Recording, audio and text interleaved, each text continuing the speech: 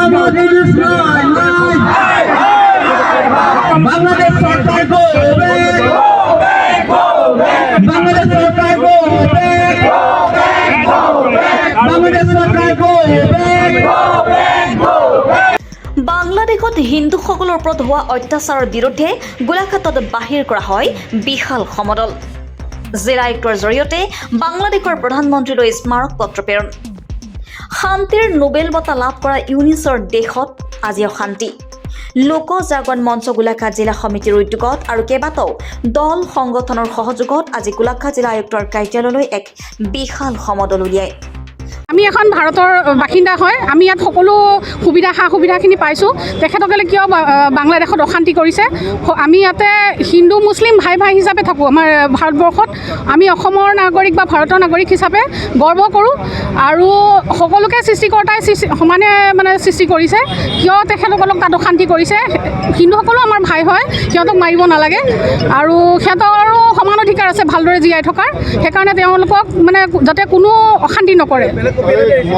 ভাৰতৰ চুবুৰীয়া ৰাষ্ট্ৰ বাংলাদেশত আজি কিছুদিন ধৰি হিন্দু সনাতন ধৰ্মাৱলম্বী লোকসকলৰ ওপৰত হোৱা বৰ্বৰ অত্যাচাৰ, মঠ মন্দিৰসমূহ ভাঙি দিয়াৰ উপৰিও ধৰ্মগুৰুসকলৰ লগতে নাৰী নিৰ্যাতনৰ দৰে অপৰাধমূলক কাৰ্যসমূহৰ বিৰুদ্ধে জাঙুৰ খাই দিছে প্ৰতিবাদকাৰীসকল।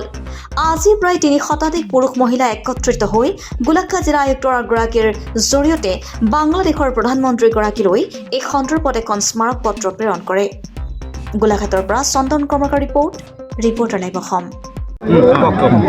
আজি আমি বাংলাদেশত হোৱা হিন্দু আৰু সংখ্যালঘুৰ ওপৰত যি অত্যাচাৰ তাৰ প্ৰতিবাদকল্পে আমি গোলাঘাট লোক জাগৰণ মঞ্চই একত্ৰিত হৈ আমাৰ উপায়ুক্ত মহোদয়ৰ যোগেদি শান্তি নোবেল বঁটা বিজয়ী মহম্মদ ইউনিছলৈ আমাৰ এটা বাৰ্তা প্ৰেৰণ কৰিব খুজিছোঁ, যাতে আমাৰ তেওঁলোকৰ তাত যি অত্যাচাৰ হৈ আছে, আমাৰ বাই ভনী, আমাৰ পৰিয়াল, আমাৰ যি সনাতনী ধৰ্মৰ লোকসকল আছে তেওঁলোকৰ ওপৰত যি অত্যাচাৰ হৈছে, এই অত্যাচাৰৰ বিৰুদ্ধে আমি ইমান বৰ্বৰ অত্যাচাৰৰ বিৰুদ্ধে আজি মহম্মদ ইউনিছ যি শান্তিৰ বাবে নোবেল বঁটা পাইছিল তাৰ কাৰণে তেখেতক ধিক্কাৰ দিছোঁ আৰু ইয়াৰ যোগেদি আমি তেখেতক এই বৰ্বৰতা নাশ কৰিবৰ কাৰণে, শেষ কৰিবৰ কাৰণে, বন্ধ কৰিবৰ কাৰণে আমি আহ্বান জনাই আজি আমাৰ এই উপায়ুক্তৰ যোগেদি আমি এখন মেমৰেণ্ডাম দিবলৈ আহিছোঁ। আমি শান্তিৰ বাৰ্তা লোৱা যিজন মহম্মদ ইউনিছে যি অশান্তি সৃষ্টি কৰিছে, পৃথিৱীত যি কুনাম আনিছে, তাৰ কাৰণে তেওঁক প্ৰতিবাদ জনাইছোঁ, ধিক্কাৰ দিছোঁ আৰু তেখেতক আমি এই হেৰিৰ যোগেদিয়ে, আমাৰ এই প্ৰতিবাদৰ যোগেদিয়ে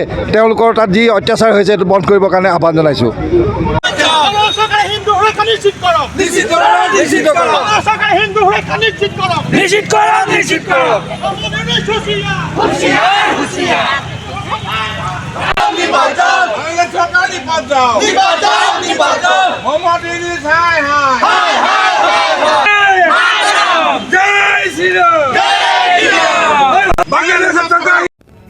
ৰিপৰ্টাৰ লাইভ অসম।